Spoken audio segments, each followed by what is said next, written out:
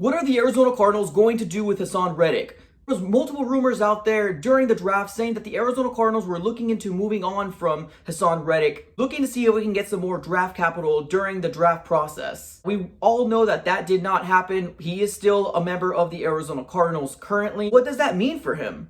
Let's go ahead and dive into it.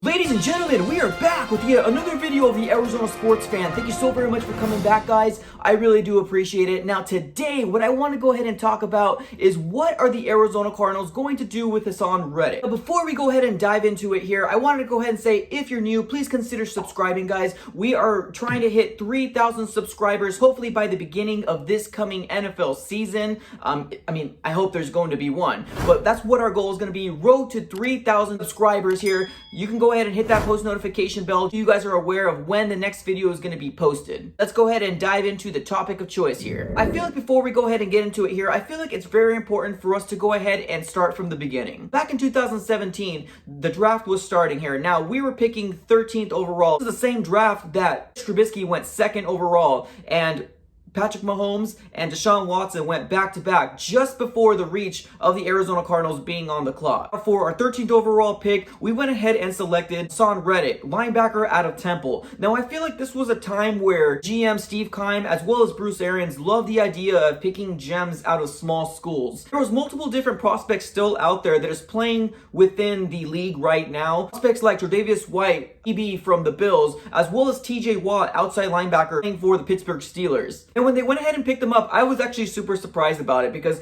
in my mind, I did not think of him being probably one of the best prospects at that moment for the linebacker position. At that moment, there was a player named Reuben Foster, which was known to be a baller, a just straight up physical player that was going to be the next talent out there in the middle linebacking position. But unfortunately, he ended up getting into a lot of legal issues, ended up getting kicked out of the league. So we ended up getting Haason Reddick, which was definitely a safe choice because he's still playing for the Arizona Cardinals. The real question here is, what is the Arizona Cardinals going to do with Haason Reddick at this point?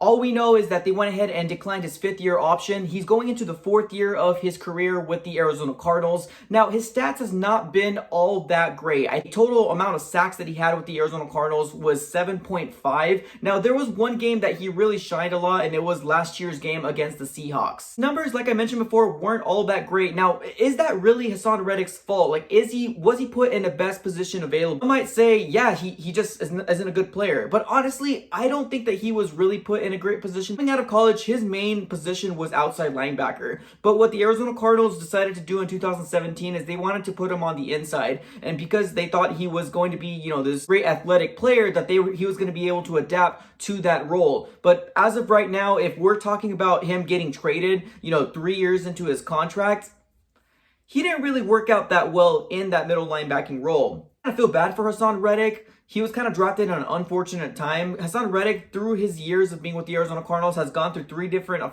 defensive coordinators. 2017, obviously, being James Bettcher. 2018 being Al Holcomb. And then now, Vance Joseph. Now, they went ahead and had this epiphany. The Arizona Cardinals had this big epiphany happening right now saying, hey, this guy was a outside linebacker. Why don't we move him out there? So he did go ahead and play the outside linebacking role for the last few games in the 2019 campaign. And I honestly do feel like he did a pretty decent job. He's not like Chandler Jones-esque, not at all. But he did a pretty decent enough job to go ahead and say, hey, if this is his position of choice, go ahead and continue to keep him in that role. Kennard in this year's free agency, and we went ahead and drafted Isaiah Simmons, which could possibly play the edge as well. I'm kind of glad we didn't go ahead and trade Haason Reddick because honestly, what would we have gotten for Haason Reddick? Probably like a 4th, a 5th. I don't know at this point. Maybe even a 5th round pick. That's definitely possible. I like what I've seen so far from the last part of last year's season that I can go ahead and say, let's use him as a positional player. Now, he's not going to be an overall starter, but he can definitely be a swing player that comes in whenever, the starter needs a rest. I feel like he can definitely flourish in that role. He's not a starter. He's never been that type of role player where he's always getting big numbers. He's coming in for a certain amount of plays. I think he could definitely do a really good job in that role. There's a lot of national people out there saying that Haason Reddick might even go ahead and get traded before the season gets started this coming 2020 season here. Now, I don't want Haason Reddick to get traded. I mean, unless we get like a third or a fourth round pick, which I honestly do not see that happening. If there was a team interested in Haason Reddick, they would definitely have jumped on the opportunity before the draft. And I just don't think it's going to be happening. We probably would be settling for like a 6th or a 7th round pick. Or Haason Reddick is definitely fighting for his NFL career, going into his last year, his 4th year with the Arizona Cardinals at this point. They declined his 5th year option. Not going to go ahead and come back. Unless he has like a spectacular year, then I can go ahead and see the Arizona Cardinals re-signing him. But I honestly do think that this is his prove-it year within the Arizona Cardinals. He needs to prove that, bring some value to this defense. Unfortunate because of his multiple different defensive coordinators that he had through his tenure of the Arizona Cardinals, being that many schemes, changing the defense that much.